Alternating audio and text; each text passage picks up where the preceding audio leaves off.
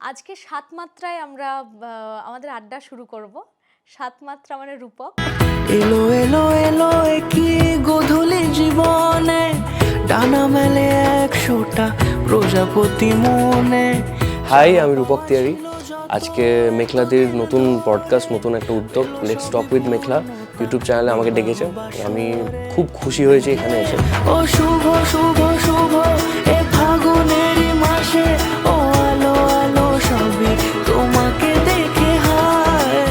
আর এই মিউজিশিয়ানদের নিয়ে আলোচনা বা এই আড্ডা এগুলো তো হয় না জেনারেলি, হলো নতুনভাবে, ভালো লাগলো খুব।